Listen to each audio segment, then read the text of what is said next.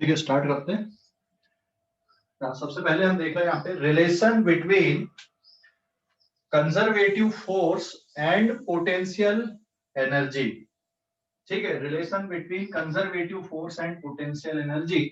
So as you know, since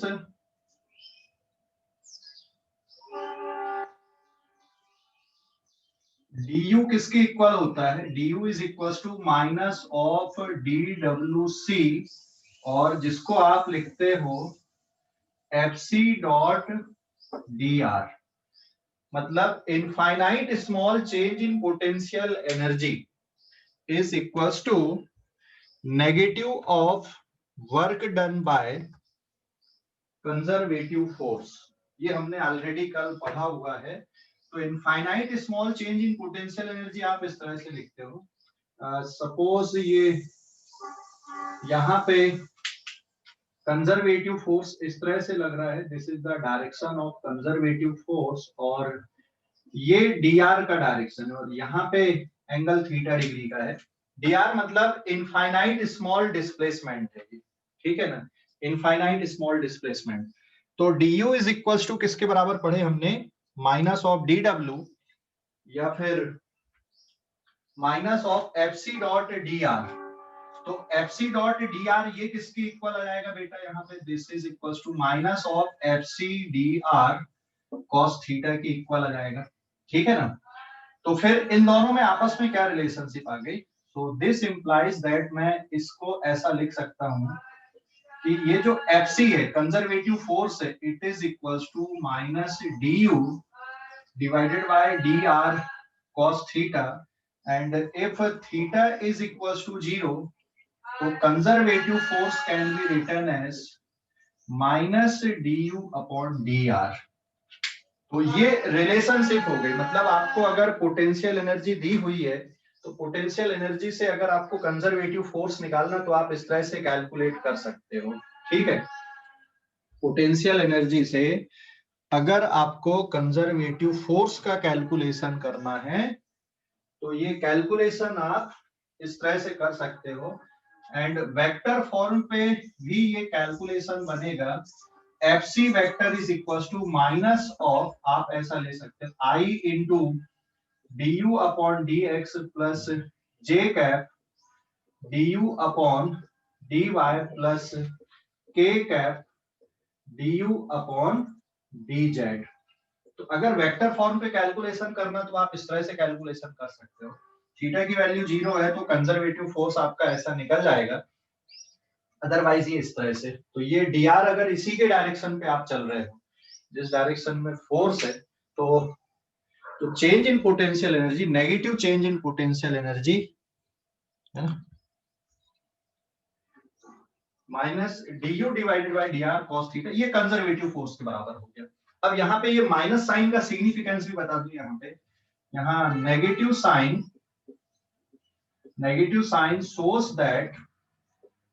shows that direction of force is such that direction of force is along maximum decrease in potential energy. So negative sign shows that direction of force, मतलब conservative force is along maximum decrease in potential energy, maximum decrease in potential energy. जिस direction में potential energy में decrease सबसे ज्यादा होगा, maximum होगा, उस direction में आप कंजर्वेटिव फोर्स को लिखोगे, ठीक है। तो ये एक रिलेशनशिप हो गई, relationship between conservative force and potential energy. एक सिंपल सा क्वेश्चन में बता रहा हूं और उसमें क्लियरिटी आ जाएगी आपको, ठीक है। इस पेज का स्क्रीनशॉट ले लो आप लोग जल्दी से, इस पेज का स्क्रीनशॉट ले लो बेटा। सर थीटा 0 होगा तो फिर कंजर्वेटिव फोर्स भी 0 होगा ना? क्यों 0 होगा? वहां पे 0, cos 0 की वैल्यू कितनी होती? 1 होती ना, तो 0 कैसे हो जाएगा? cos 0 कैसे होगा? 0 नहीं, 90 डिग्री पे 0 बनेगा ना भाई। हाँ सर, 90 डिग्री पे जाने पे 0 बनेगा ना। तो यहाँ पे cos 0 कितना होता है? cos 0 इज +1 ना, ठीक है, ओके। तो स्क्रीनशॉट ले लो अभी इस पेज का, है ना। तो ये रिलेशन, सर ये कल वाला है ना जो आपने समझाए थे डाउट क्लास में? डाउट क्लास में कल नहीं, अभी ये थोड़ा अलग चल रहा है, उसके बाद आएगा डाउट क्लास वाला पोर्शन। ये इस पेज का स्क्रीनशॉट लो पहले जल्दी से। हो गया सर। हो गया। अब एक क्वेश्चन अपन यहाँ पे करते हैं, ठीक है।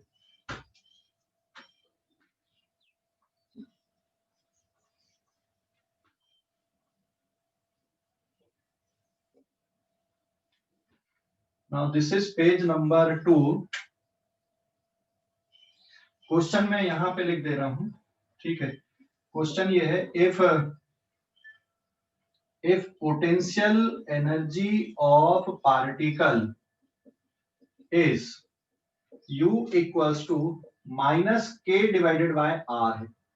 किसी पार्टिकल की पोटेंशियल एनर्जी इस फॉर्मूले से दी जा रही है, इस फंक्शन से दी जा रही है, where k is positive constant, then find conservative force. तो आपको कंजर्वेटिव फोर्स यहाँ पे निकालना है। तो सॉल्यूशन कैसे आएगा बेटा, conservative force is equals to minus du upon dr minus d divided by dr, और u की वैल्यू कितनी है, माइनस k बाई r। तो सॉल्व करने पे कितना बचेगा, k into d upon dr। r की पावर कितना लिखोगे ऊपर ले जाके, -1 लिखोगे। r की पावर -1 लिख दोगे ना, हाँ या ना। अरे ऊपर लेकर गए इसको तो -1, अब डिफरेंशिएट कर दो k, यहाँ पे पावर -1 है तो -1, r की पावर -1, तो सॉल्व करने पे बचा k r की power -2 and it is k divided by r square. So this is the conservative force. तो अगर किसी पार्टिकल की पोटेंशियल एनर्जी ये है -k/r, तो उस पे जो कंजर्वेटिव फोर्स लग रहा है वो किसके इक्वल है, -k अपॉन r स्क्वायर के इक्वल है। ठीक है, समझ गए? हेलो, समझ गए या नहीं? हेलो, समझ गए? सर एक बार बताओ।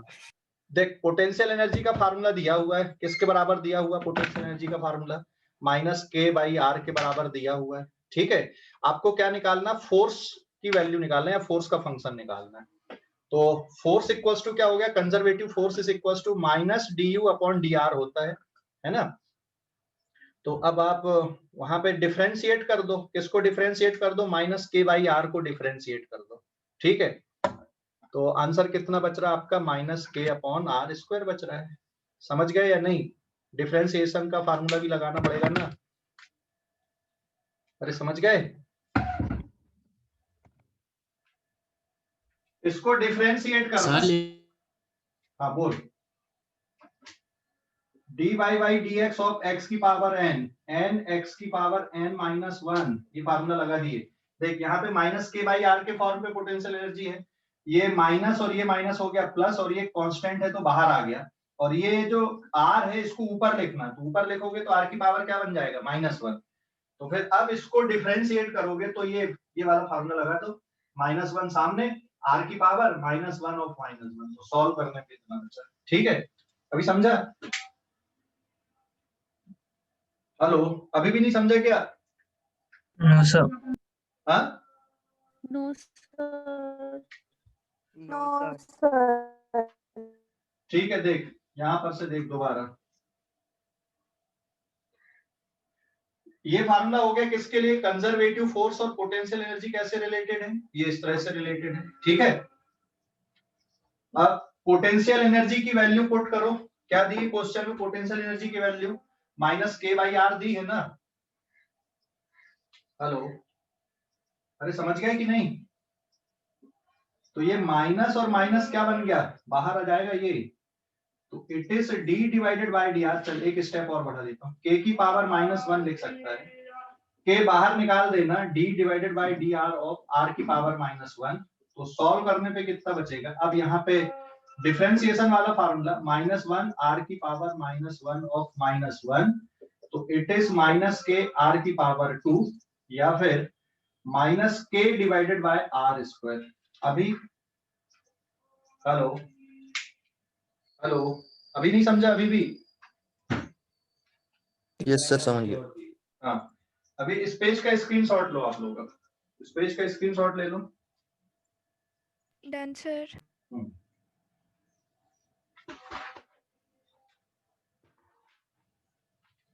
नाउ पेज नंबर 3 पे आते हैं अपन अब।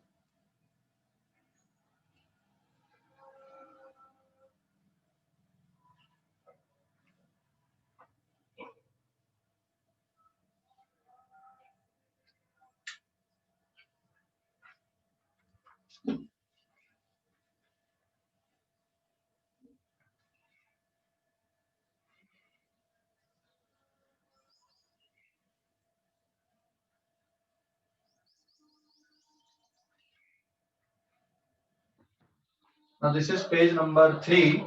ठीक है, देखो पेज नंबर 3 पे फिर से एक कॉन्सेप्ट अपन यहाँ पे पढ़ते हैं। हमने क्या पढ़ा था अभी, कल जो कॉन्सेप्ट पढ़े थे कि भाई चेंज इन पोटेंशियल एनर्जी किसके इक्वल होता है?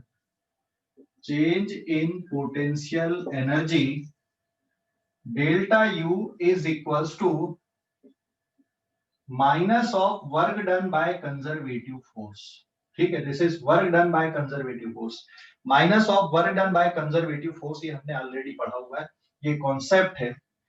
ठीक है, this is equals to minus of work done by FC, and what is FC here? FC is conservative force here, this is conservative force. ठीक है, सपोज यहाँ पे ये कोई पॉइंट है, ऑब्जेक्ट है, ये यहाँ से आप इस तरह से लेकर जा रहे हो फाइनल पोजीशन तक, तो इस पे कंजर्वेटिव फोर्स ऐसा लग रहा है। ठीक है, this is the direction of conservative force. अगर मान सॉरी, अगर मान लो हम अप्लाइड फोर्स की बात करें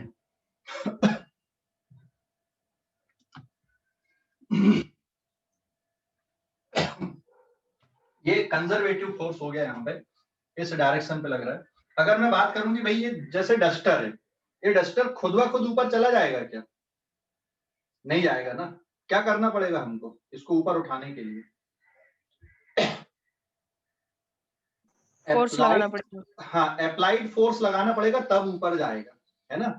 खुद ब खुद नहीं जाएगा कभी। तो हम ऐसा बोल रहे हैं भाई यहाँ पे अगर हमने जो वर्क किया इसको ऊपर उठाने के लिए, इससे इसकी पोटेंशियल एनर्जी बढ़ी, तो हम ऐसा भी बोलते हैं कभी कभी, है ना, कि भाई हमने जो वर्क किया वो गया कहाँ, इससे इसकी पोटेंशियल एनर्जी बढ़ गई, तो ऐसा भी बोलते हैं। तो यहाँ पे एक कंडीशन मैं बता रहा हूं कि अगर मान लो अप्लाइड फोर्स, ये अप्लाइड फोर्स है और दोनों के बीच में 180 डिग्री का एंगल है। ठीक है, तो this is the applied force here. ये कौन सा फोर्स हो गया? एक कंजर्वेटिव हो गया। तो यहाँ पे एक कंडीशन मैं लिख रहा हूं कि if applied force is equals to minus of conservative force, मतलब मैग्नीट्यूड दोनों का सेम है। ठीक है, that is magnitude is same but direction is opposite। Magnitude same रहे लेकिन डायरेक्शन कैसा रहे? अपोजिट रहे। मैग्नीट्यूड सेम रहे और डायरेक्शन अपोजिट रहे। ठीक है ना, डायरेक्शन अपोजिट हो, मैग्नीट्यूड सेम हो, तो यहां पे हम एक और इक्वेशन लिख सकते हैं। देन मतलब ये कंडीशन यहाँ पे आपकी सेटिस्फाई होनी चाहिए, तभी आप लिख पाओगे। ये कंडीशन सेटिस्फाई होनी चाहिए। देन डेल्टा यू मतलब change in potential energy is positive of work done by applied force. तो ये है क्या यहाँ पे? This is positive of work done by applied force. तब आप बोलोगे कि भाई जो पोटेंशियल एनर्जी में चेंज आ रहा है वो अप्लाइड फोर्स ने जो पॉजिटिव वर्क डन किया उसके कारण आता है। लेकिन इसके लिए भाई क्या कंडीशन होनी चाहिए? वहां पे अप्लाइड फोर्स की वैल्यू किसके इक्वल होनी चाहिए? नेगेटिव ऑफ कंजर्वेटिव फोर्स के इक्वल होनी चाहिए, तभी हम ऐसा लिख सकते हैं, अदरवाइज हम ये नहीं लिख सकते। ठीक है, तो ये एक और एडिशनल कॉन्सेप्ट जिसमें अप्लाइड फोर्स का रोल आ गया। एक बात ध्यान देना, मैग्नीट्यूड सेम हो, डायरेक्शन अपोजिट हो, तभी आप लिखोगे, ठीक है? क्लियर हो गया कि नहीं? और चेंज इन पोटेंशियल एनर्जी जो ऊपर है, delta U equals to minus W C, वो इंडिपेंडेंट है। आपका अप्लाइड फोर्स लग रहा है नहीं लग रहा है उससे कोई फर्क नहीं पड़ता, लेकिन वो कंडीशन हमेशा वैलिड आएगी, ठीक है?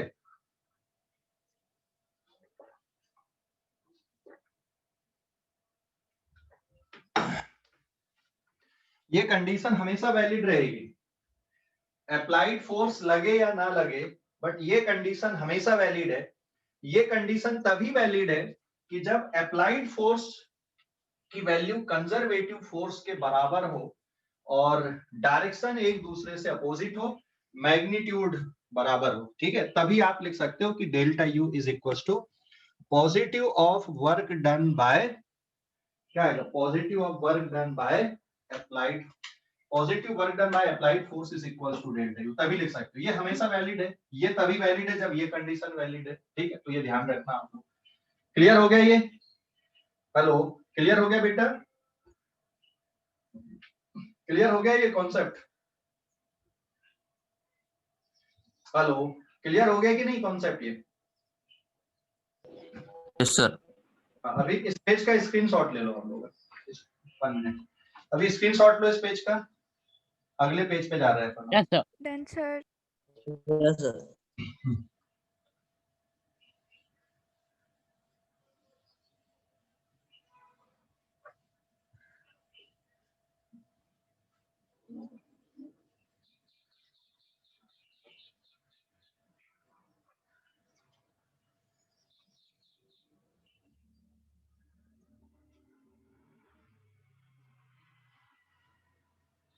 Now this is page number 4.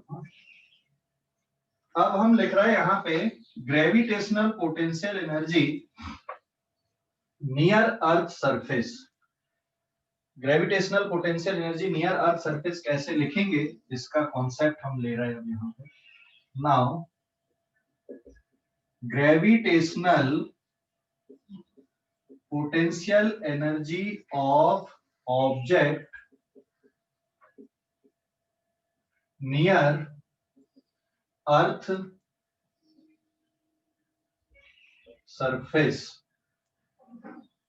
Gravitational potential energy of object near earth surface, कैसे लिखना है इसको, ठीक है? Gravitational potential energy of object near earth surface.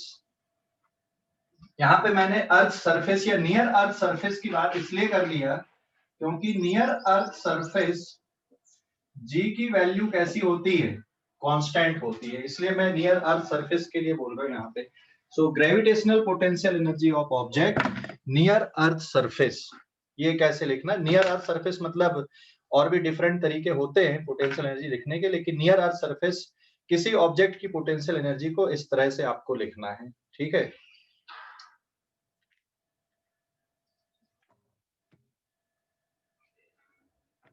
देखते कैसे लिखते हैं हम near earth surface gravitational potential energy को।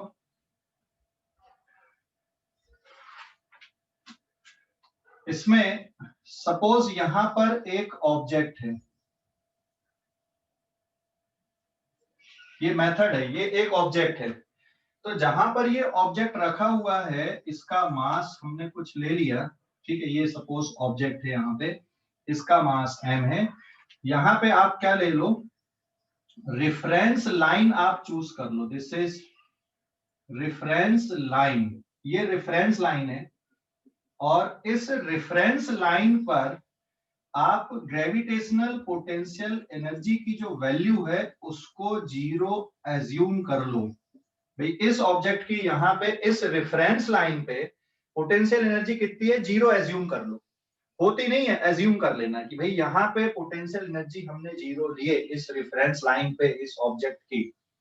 अब अगर मान लो इस ऑब्जेक्ट को यहां से वर्टिकल h हाइट पे, ये वर्टिकल h हाइट है, वर्टिकल h हाइट मतलब ये, this is the vertical h height, ये वर्टिकल h हाइट है। अगर ये ऑब्जेक्ट यहां पर रखा है, ये वाली पोजीशन है या ये वाली पोजीशन है, कहीं पर भी आपने रख दी, मैंने ये दो पोजीशन बस इसलिए लिया, मान लो यहां से ये ऑब्जेक्ट ऐसा या फिर ये ऐसा, कहीं पर भी वर्टिकल हाइट आपको देखना है, ठीक है, आपको वर्टिकल हाइट देखना है। यहाँ पे रेफरेंस लाइन पे पोटेंशियल एनर्जी को 0 अज्यूम कर लेना है, और फिर यहां से आप इस वर्टिकल हाइट पे पोटेंशियल एनर्जी अगर लिखते हो यहाँ पे, तो इस वर्टिकल हाइट पे बेटा पोटेंशियल एनर्जी आएगी U equals two plus mgh के बराबर। ठीक है, तो ये वर्टिकल हाइट पे पोटेंशियल एनर्जी कितनी लिखना आपको, प्लस mgh लिखना है। ठीक है, जैसे ऑब्जेक्ट आपका यहाँ पर हो चाहे कहीं पर भी हो, तो इस वर्टिकल हाइट पे पोटेंशियल एनर्जी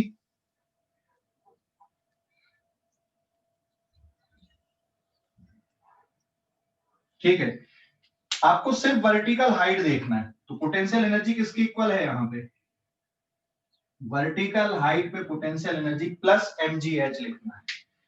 तो ऑब्जेक्ट चाहे यहां पर हो चाहे यहां पे, अगर आपकी ये रेफरेंस लाइन है तो यहां से इस हाइट पे पोटेंशियल एनर्जी ये लिखना है, चाहे यहां पर रखा हो ऑब्जेक्ट चाहे यहां पे रखा हो। मान लो रेफरेंस लाइन पे आप क्या कर दो, यहाँ पे किसी ऑब्जर्वर को ले लो, suppose this is the observer and his reference line is this, ये इसकी रेफरेंस लाइन है, इस ऑब्जर्वर की ये रेफरेंस लाइन है जहां पे इसने क्या किया है, पोटेंशियल एनर्जी को 0 मान लिया है। ठीक है ना, कि भाई यहाँ पे पोटेंशियल एनर्जी 0 है और यहां से h हाइट पे, अब ये h हाइट पे वर्टिकल हाइट पे कहीं पर भी हो ऑब्जेक्ट, पोटेंशियल एनर्जी कितनी रहेगी ऑब्जेक्ट की, प्लस mgh लिखना है। और अगर मान लो रेफरेंस लाइन से नीचे अगर हम आते हैं, ये नीचे रेफरेंस लाइन से नीचे अगर हम आते हैं, जैसे यहां पर हम नीचे लिख रहे हैं ऑब्जेक्ट को, ठीक है, दिस इज द ऑब्जेक्ट, या फिर ये यहाँ पे हमने ऑब्जेक्ट को लिखा या लिया है, तो h हाइट, ये भी वर्टिकल h हाइट नीचे है, this is also the vertical height h downward. तो अगर आपका ऑब्जेक्ट यहाँ पर रखा है ये नीचे, या फिर यहाँ पर रखा है ऐसा, तो यहाँ पर आपको पोटेंशियल एनर्जी कितनी लिखना है, U is equals to minus mgh लिखना है। तो वर्टिकल हाइट h नीचे जाने पे पोटेंशियल एनर्जी कितनी लेना है, माइनस mgh। ऊपर लेके जाना है रेफरेंस लाइन से, तो पोटेंशियल एनर्जी कितनी लिखोगे, प्लस mgh लिखोगे। मतलब ग्रेविटेशनल पोटेंशियल एनर्जी के लिए, ग्रेविटेशनल पोटेंशियल एनर्जी के लिए आपको क्या चूज करना पड़ेगा, रेफरेंस लाइन चूज करना पड़ेगा। उस रेफरेंस लाइन से अगर आप h हाइट ऊपर गए तो प्लस mgh लिखो, रेफरेंस लाइन से आप अगर h नीचे आए तो क्या लिखो, माइनस mgh लिखो। और रेफरेंस लाइन पे आपने पोटेंशियल एनर्जी को 0 एज्यूम किया है, होती नहीं है, ध्यान रखना। ठीक है ना, यहाँ पे potential energy is not equals to 0, but हमने एज्यूम कर लिया। उसका रीजन मैं इसके बाद बता रहा हूँ कि 0 एज्यूम करने से कोई फर्क नहीं पड़ता, या कोई वैल्यू भी आप एज्यूम कर सकते हो। तो यहाँ पे रेफरेंस लाइन पे आपने पोटेंशियल एनर्जी को 0 एज्यूम किया। अच्छा, हम वर्क डन की बात कर लें। यहाँ से इस हाइट पे ऊपर जाने पे जो वर्क डन होता है, यहाँ पे वर्क डन बाय ग्रेविटी कितना आएगा, h हाइट अगर आप ऊपर गए तो वर्क डन बाय ग्रेविटी कितना रहेगा, यहाँ पे बताओ जल्दी से। h हाइट ऊपर जाने पे वर्क डन बाय ग्रेविटी, चाहे ऐसा सीधे जाओ चाहे ऐसा लेके जाओ, कल पढ़े थे हमने, what is work done by gravity, कितना होगा, इट इज माइनस mgh। और यहां से h हाइट अगर आप नीचे ला रहे हो तो वर्क डन बाय ग्रेविटी कितना होता है, प्लस mgh होता है। ठीक है, तो यहां से h हाइट आप कहीं पर भी रखो, वर्टिकल हाइट देखना, वर्क डन बाय ग्रेविटी कितना है, माइनस mgh, बट यहां से h हाइट नीचे आने पे वर्क डन बाय ग्रेविटी कितना होता है, प्लस mgh होता है। So remember these terms. समझ गए या नहीं, कोई डाउट है, हेलो, कोई डाउट है इस पे? No sir. अभी स्क्रीनशॉट ले लो इस पेज का। तो रेफरेंस लाइन का सिलेक्शन बहुत इंपॉर्टेंट, यहाँ पे आपने एक बार रेफरेंस लाइन चूज कर लिया, आपका काम बहुत आसान हो गया। उस रेफरेंस लाइन से वर्टिकल हाइट देखना, स्लैंट हाइट भी नहीं देखना आपको, सिर्फ क्या देखना, vertical height.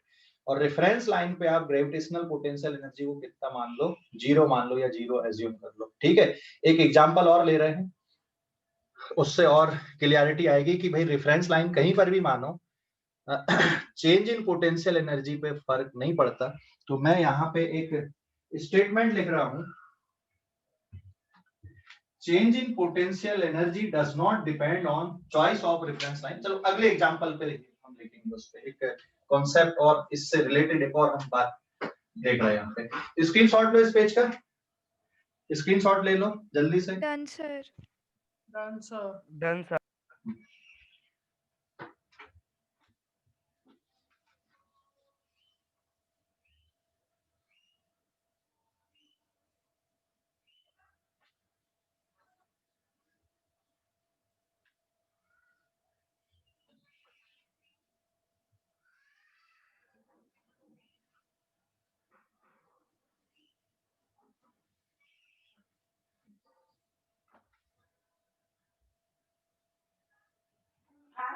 Now this is page number 5.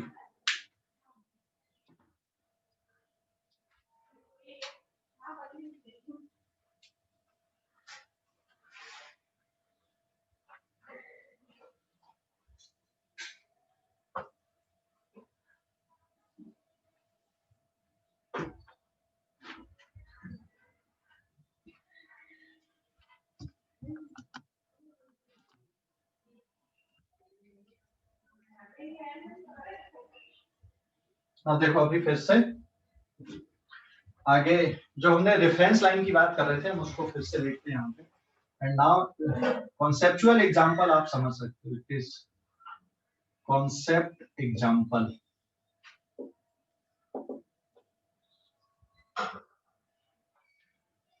Suppose यहां पर ये एक मैंने बॉक्स लिया, ये इतनी हाइट पे यहाँ पे एक बॉक्स है, इसका मास है m, और इस बॉक्स को आप यहां से h हाइट, ये वर्टिकल हाइट है बेटा, यहां से this is vertical height h ऊपर उठाकर रख रहे हो, तो वर्क डन कितना आएगा, वर्क डन बाय ग्रेविटी कितना होगा, mg किधर लग रहा है, नीचे लग रहा है ना mg।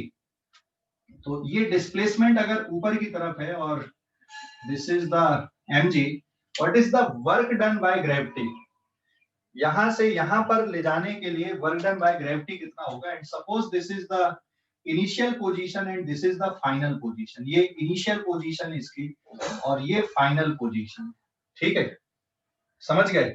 तो what is the work done by gravity कितना आएगा, work done by gravity I से F तक अगर आप लेकर जा रहे हो तो वर्क डन बाय ग्रेविटी कितना आएगा यहाँ पे, इट इज प्लस mgh या माइनस mgh, जल्दी बताओ। माइनस एमजी, हाँ माइनस एमजी, यहां से ऊपर लेके जा रहे हैं ना, तो mg नीचे लग रहा है, डिस्प्लेसमेंट ऊपर हो रहा है, वर्क डन बाय ग्रेविटी कितना आएगा I से F तक ले जाने की, माइनस एमजी। हाँ it is minus mgh, yes it is minus mgh। अब इसमें कोई भी कैलकुलेशन करे, मैं करूं या आप लोग करो, वर्क डन बाय ग्रेविटी इतना ही आएगा। मतलब वर्क डन बाय ग्रेविटी देखने के लिए आपको रेफरेंस लाइन की जरूरत नहीं है, रेफरेंस लाइन की जरूरत नहीं है वर्क डन बाय ग्रेविटी देखने के लिए, सभी इसका आंसर यही देंगे, ठीक है। कहीं से भी बैठ के अगर हम ऑब्जर्व करेंगे तो इसका आंसर यही आएगा। But look at, we have the 3 observer, अब हमारे पास में 3 ऑब्जर्वर हैं या 3 रेफरेंस लाइन हम इस तरह से ले रहे हैं, यहाँ पे 1 2 एंड 3, ये ऐसे हमने 3 ऑब्जर्वर ले लिए, 3 रेफरेंस लाइन हमने लिया यहाँ पे, ठीक है। यहां से ये वर्टिकल हाइट h है,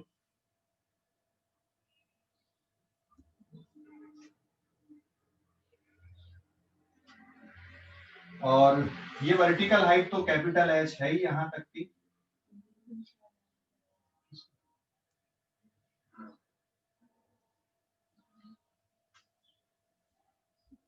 ये कैपिटल H है, वैसे तो यहाँ पे लिखा हुआ है तो बताने की जरूरत नहीं है, ये लिखा हुआ है, मैं इस डायग्राम पे नहीं बनाता हूँ,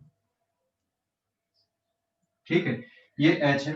अब मान लो एक ऑब्जर्वर आपने यहाँ पे लिया, दिस इज A, एक ऑब्जर्वर यहाँ पे ले लिया आपने B, और एक ऑब्जर्वर ये ले लिया आपने C, ठीक है ना। Now you have taken 3 observer, ये तीनों ऑब्जर्वर के लिए work done by gravity same आएगा ना, कोई कहीं से भी देखे, यहां से देखे या ये देखे या ये देखे, कोई भी कैलकुलेट करे, work done by gravity is same for all observer. Now it is same for all observer A, B and C. तीनों के लिए यही आएगा कैलकुलेशन, हाँ या ना? जवाब देना। अरे समझ गए? वर्क डन बाय ग्रेविटी तीनों के लिए सेम है कि नहीं है? हेलो, अरे समझ गए या नहीं? Yes sir. ठीक है, अब पोटेंशियल एनर्जी लिखते हैं। हाँ, अब पोटेंशियल एनर्जी लिखते हैं भाई। इसके लिए इनिशियल पोटेंशियल एनर्जी कितनी बोलेगा ये इनिशियल पोटेंशियल एनर्जी कितनी बोलेगा यहां से, ये कितनी बोलेगा? Now writing the potential energy for a.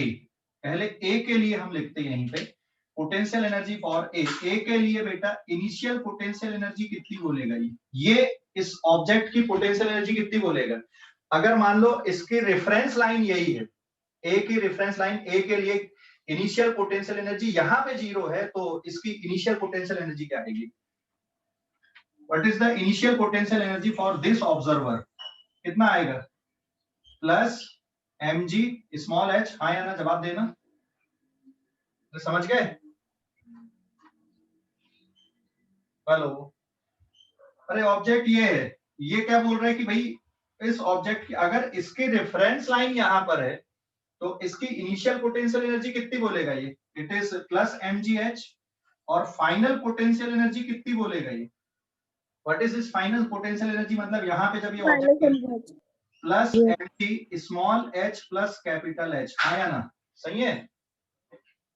अरे सही है कि नहीं? तो ए की अगर रेफरेंस लाइन यहां पर है तो पोटेंशियल एनर्जी फॉर ए कितना आएगा? Potential energy for a observer के लिए ये पोटेंशियल एनर्जी इस ऑब्जेक्ट की, क्योंकि इसने अपनी रेफरेंस लाइन यहां पे ले लिया है। अब बी ऑब्जर्वर के लिए पोटेंशियल एनर्जी बताओ। बी ऑब्जर्वर के लिए अगर ये अपनी रेफरेंस लाइन यहीं पे चूज करे तो इसके लिए for B observer what is the potential energy for this observer? For B के लिए पोटेंशियल एनर्जी क्या आएगा बेटा?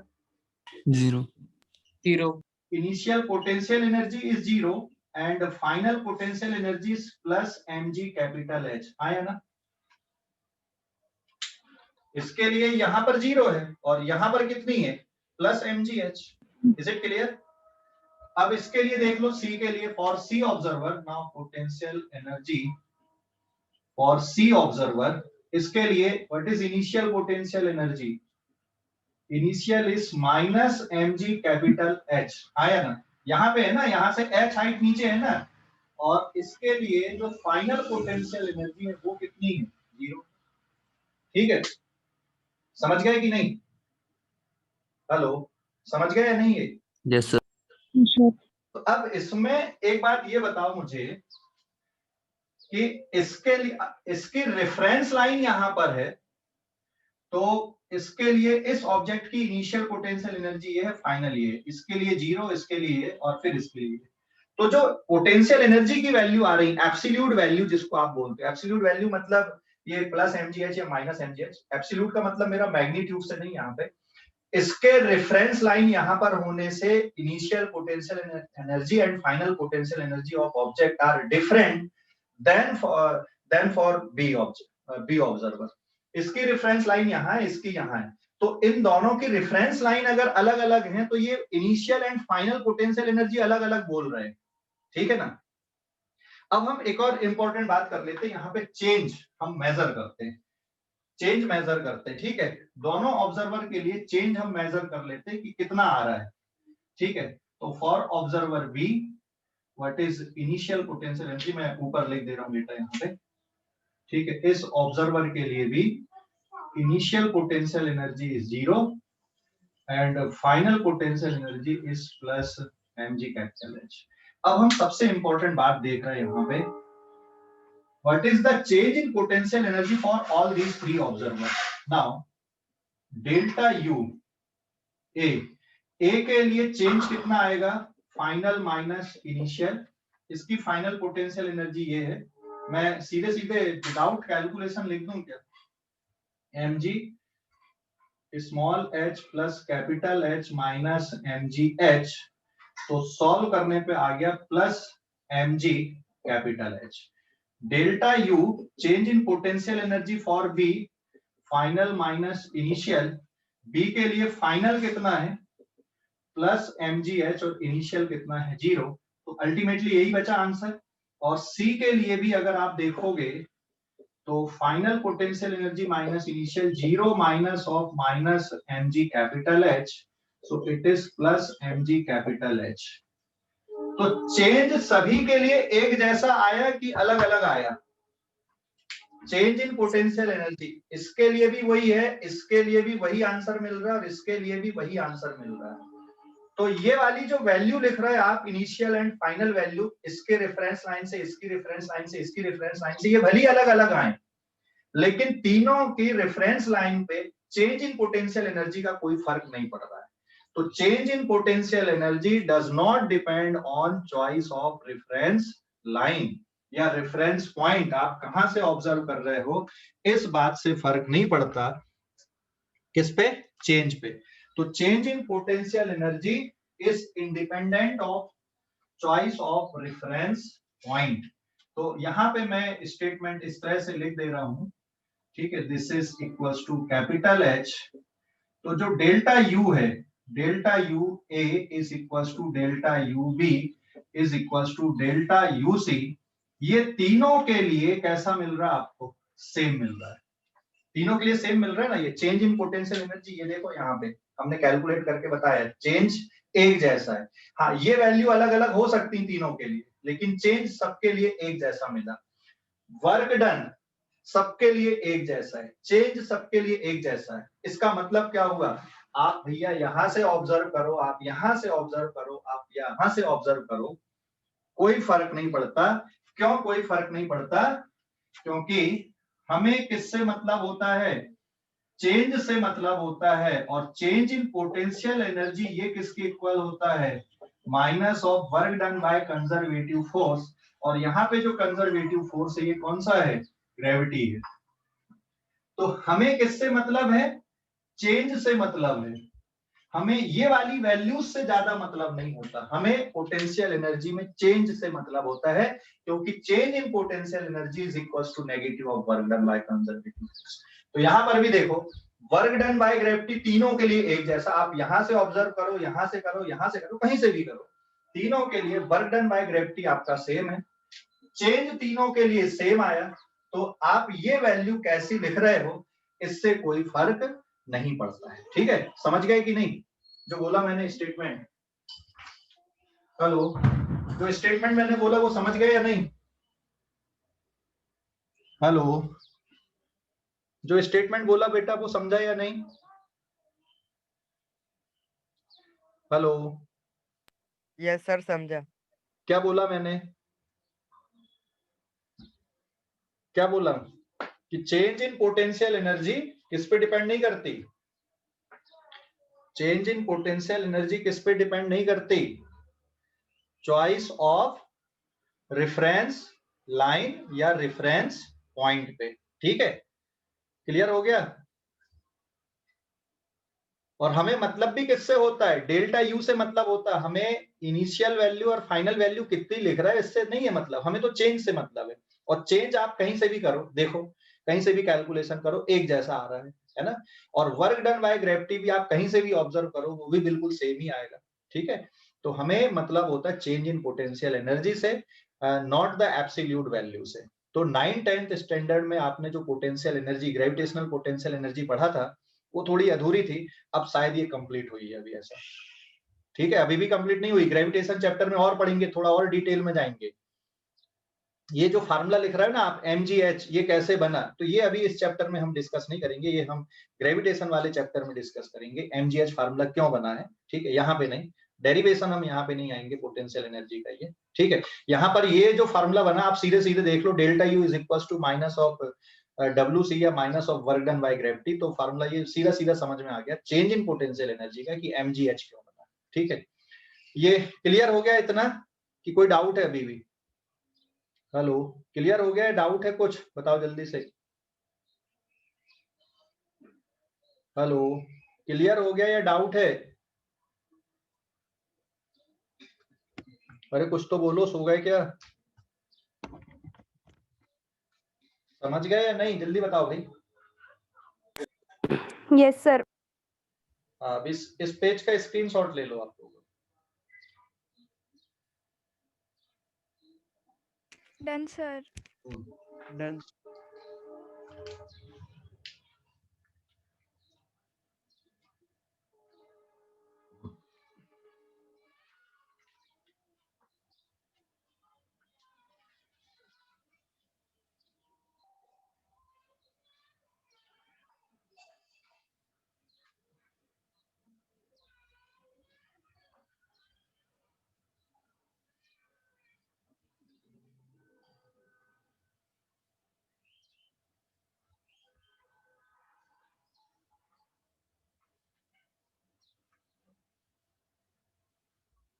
Now this is page number 6.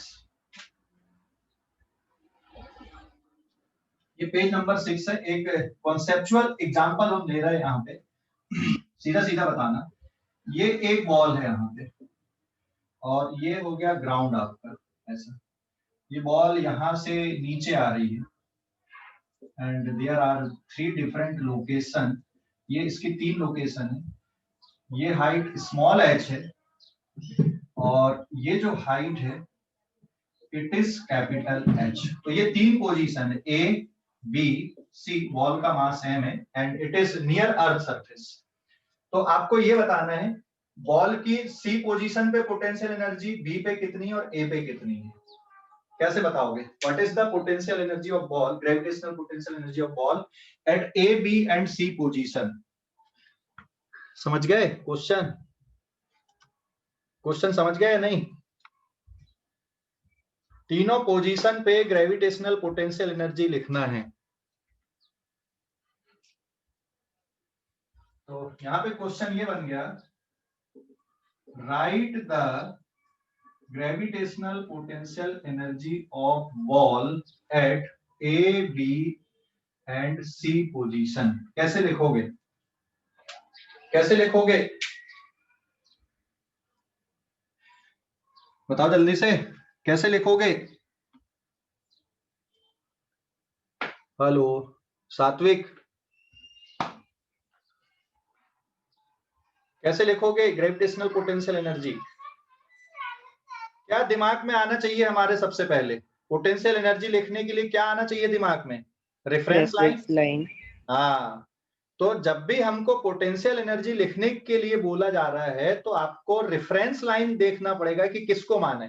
तो आप A पर भी रेफरेंस लाइन मान सकते हो, B पर भी मान सकते हो, आप C पर भी मान सकते हो।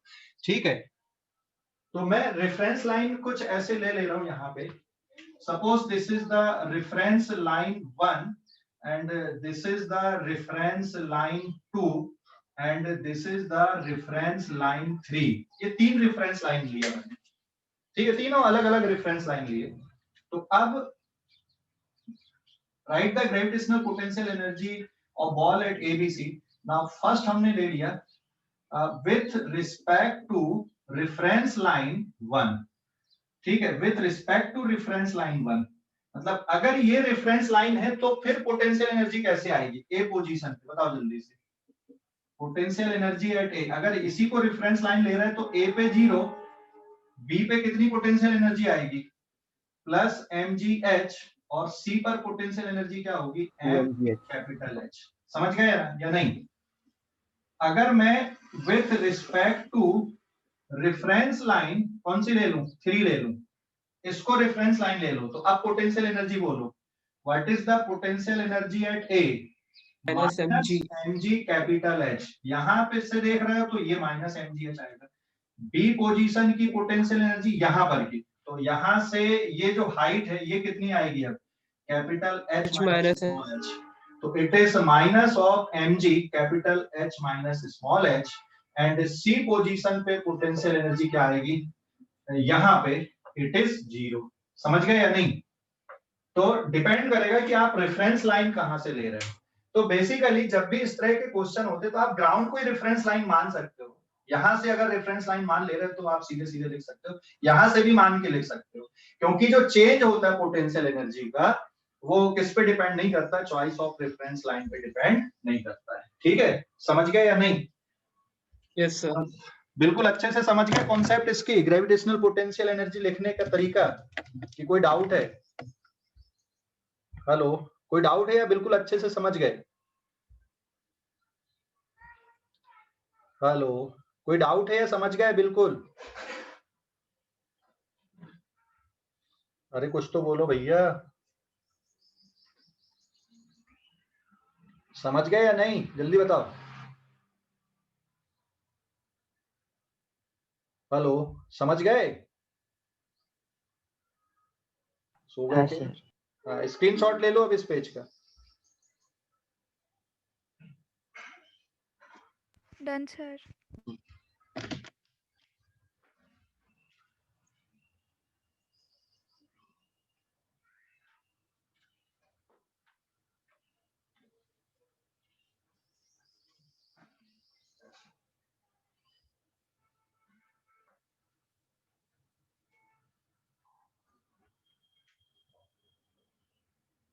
This is page number 7.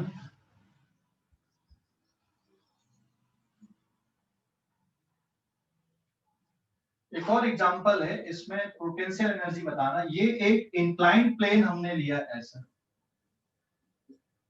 ठीक है, this is inclined plane and this angle is theta.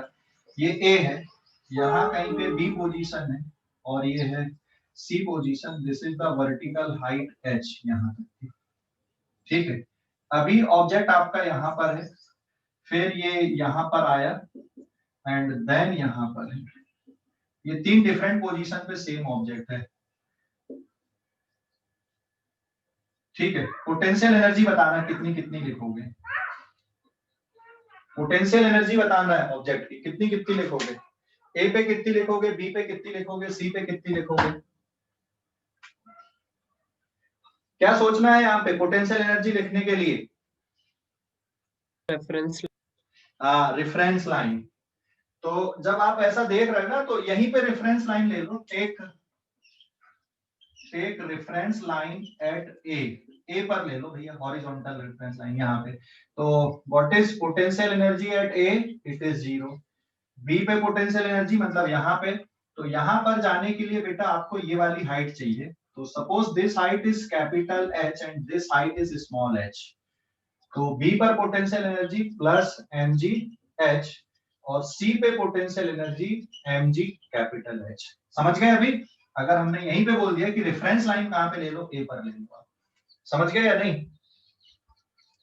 Hello, अरे समझ गए या नहीं? हेलो, समझ गए या नहीं? यस कोई सर। डाउट? कोई डाउट अभी? अच्छा, इसमें मैं बोलता कि वर्क डन बाय ग्रेविटी कितना है? वर्क डन बाय ग्रेविटी ए से बी तक जाने पे, ए से बी तक जाने पे work done by gravity minus M G H. Minus M. हाँ, work done by gravity from A to C जाने पे कितना आएगा? Minus M G capital H. A से सी तक जाने में work done by gravity is minus M G H and potential energy यहाँ पर की है प्लस एम जी एच, ठीक है, क्योंकि आपने इस पॉइंट को रेफरेंस लाइन ले लिया। अच्छा, ये हाइट कैपिटल एच और ये आपस में रिलेट कर सकते हो कि नहीं कर सकते हो? जैसे अगर मैं लिखूं यहाँ पे साइन थीटा, तो sine theta is equal to either small H upon A B, ये इतना डिस्टेंस, या फिर capital H upon A C, ये भी चलेगा ना sine theta, perpendicular upon hypotenuse लेके। तो ये भी कुछ बेसिक चीजें ध्यान रखना, ये कैलकुलेशन में बहुत काम में आती है हमसे। ठीक है, तो आज के लिए इतना ही, बाकी अपन अब अगली क्लास में कल करेंगे। कल स्प्रिंग पोटेंशियल एनर्जी लिखेंगे और फिर कंजर्वेशन ऑफ मैकेनिकल एनर्जी पढ़ेंगे। ठीक है, तो पोटेंशियल एनर्जी लिखने का तरीका समझ गए कि नहीं, कि भूल जाओगे अब? हेलो, पोटेंशियल एनर्जी का तरीका सीख गए?